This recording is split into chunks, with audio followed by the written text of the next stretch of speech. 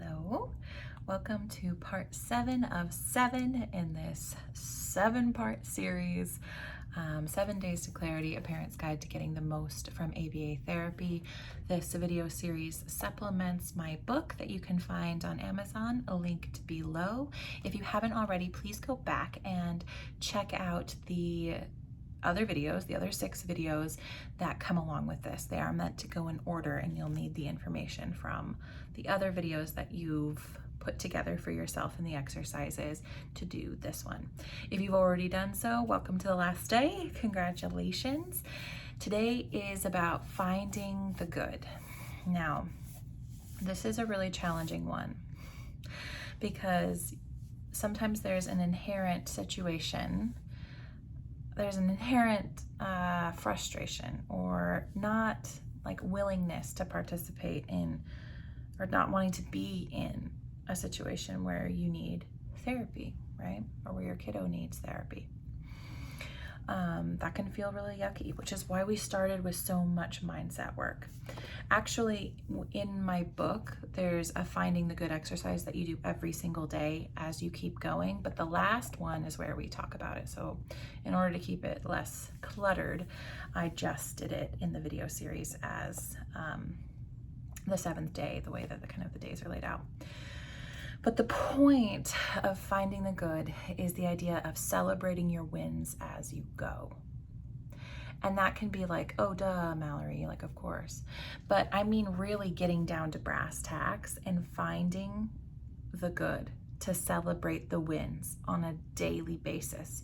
Switching the perspective of we have so far to go, right? And all of these goals to still achieve, to look how far we've come and look at how we keep going and we keep growing. This is a perspective that isn't intuitive for a lot of people. Our culture, for the most part, is about getting where you want to be rather than celebrating where you've come, and that sometimes we've got this idea that we can only celebrate really big milestones. This is some of the work that I do in my one-to-one coaching as well, is the idea of noticing that even mindset changes, ones that you are thinking about and applying that nobody else can see, is worthy of celebrating. And the same goes for your child. And the more we put the emphasis on how good we're doing, which is a skill, right? It's not going to be intuitive at first for most of us. It's going to be something that we have to practice. We have to get in the habit of doing. But when we start finding the good, then we get more good because we interact with our environment differently. And those subtle language, like vocabulary choices, gestures, facial features, the nonverbal communication that tells people inherent opposites, right? Like, okay, well, we just need to keep working towards this other thing, inherent opposite, because we're not good enough yet, right? And when we start saying like, wow, we've done such a really good job, inherent opposite, right, is there is no inherent opposite. Like, the inherent opposite is there that I'm doing good enough, that I'm doing a really good job. And that people who feel like they're doing a good job tend to be more confident. They tend to be more competent. They tend to approach goal setting as something that's inevitable instead of hard and unachievable and frustrating, right? And that takes time. Like I mentioned, this is a skill, and it's something that you have to practice over and over and over again.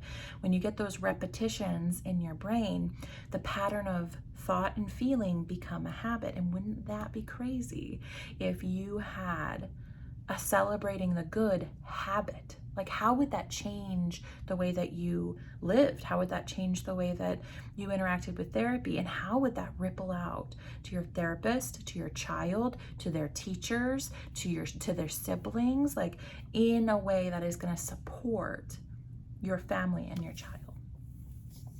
So some exercises that I have in here are the idea of doing a daily finding the good exercise, which I mentioned was part of it, like every day finding anything that was good, even if you're pulling for it, even if it doesn't feel actually good yet. We're creating a habit. It doesn't have to feel good yet. You do it enough times, then it will start being natural, and it'll start being able to move in the process of feeling good.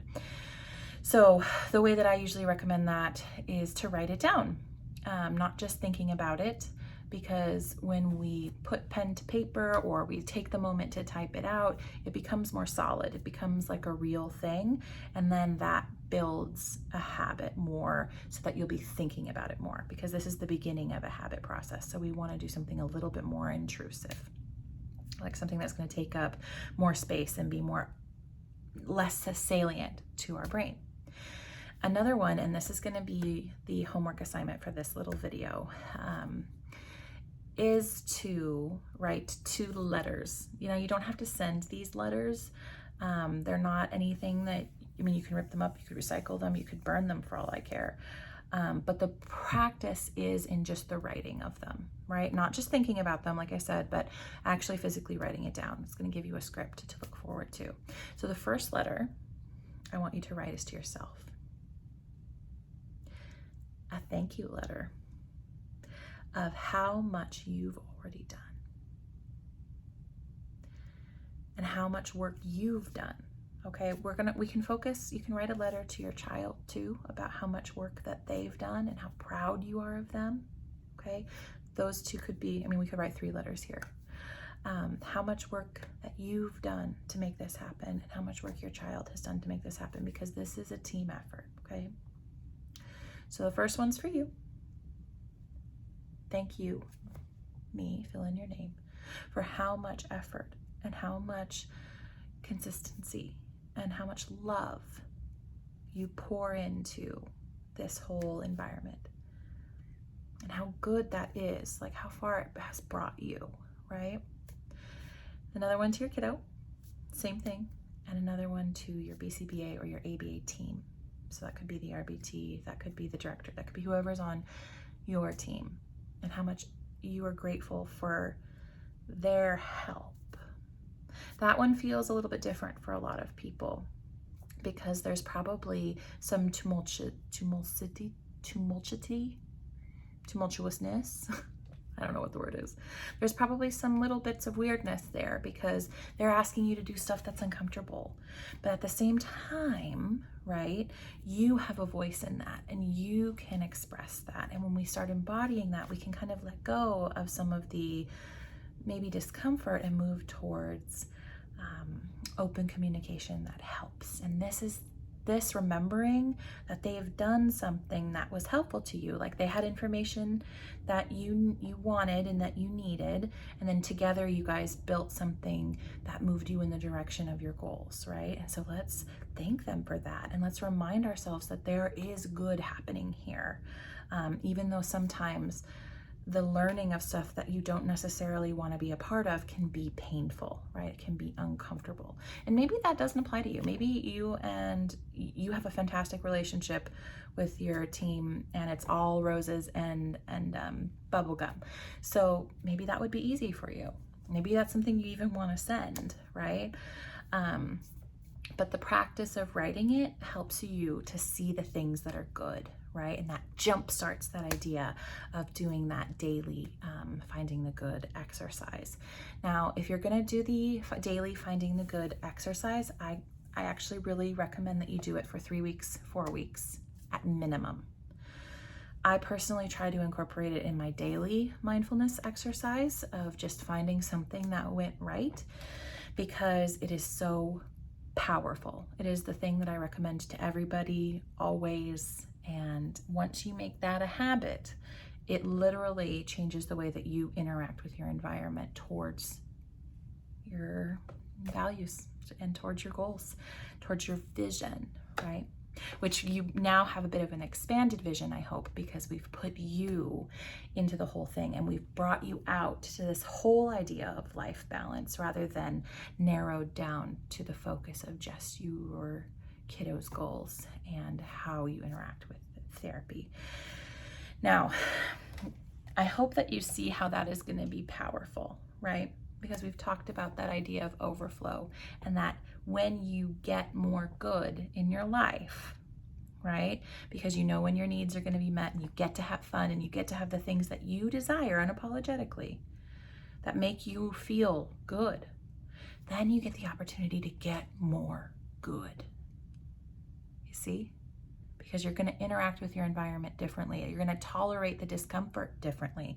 You're going to be able to see the bigger picture differently than when we're narrow and hyper-focused and drained, right?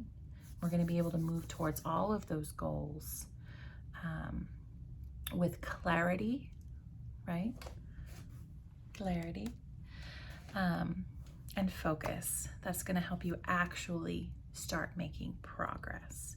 And it starts with us. It starts with our mindset as parents and the way that we communicate, right? Our needs as well as our kiddos' needs. So thank you so much for joining me on this video journey. You can follow me on Mindfully Mallory on Instagram. You can also, of course, check out my book on Amazon. There's more exercises in here, tons more. And I'm also doing a video series for BCBAs to apply this, as well as my next book is going to be coming out at the end of 2021 or the beginning of 2022 for providers as well, to be able to have this information if it's something that you feel your provider would benefit from. So thank you so much. Again, you can grab my book on Amazon, and you can find these videos anytime you need them. I actually would probably recommend you go back and revisit these exercises quarterly or every half year, at least every year, because it's going to help you get that focus and upgrade, right? Because it's not stagnant, it's dynamic. Okay, bye.